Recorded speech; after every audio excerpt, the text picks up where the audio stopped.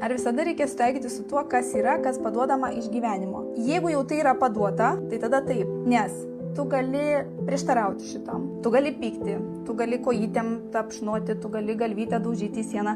Jau tai įvyko. Tu nieko neatsuksi, kai jau tai įvyko. Ir klausimas, ar man priimti tai ar nepriimti, jisai nieko nekeičia realiai.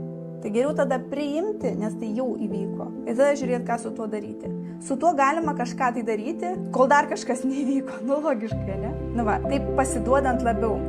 Jūs turbūt esat girdėję tokį išsireiškimą. Pasiduoti. Yra išsireiškimas, krikščionių, man atrodo, pasiduoti Dievui. Tai čia tas pats yra. Iš tikrųjų pasiduodam. Tai tokiu būdu yra, arba ego sumažinamas, sakykime, arba jisai dingsta iš vis. Būtent tokiu būdu. Ir tada žmogus ir susilieja su gyvenimu. Ta prasme, jis nebesipriešina tam. Jis nebekovoja su gyvenimu.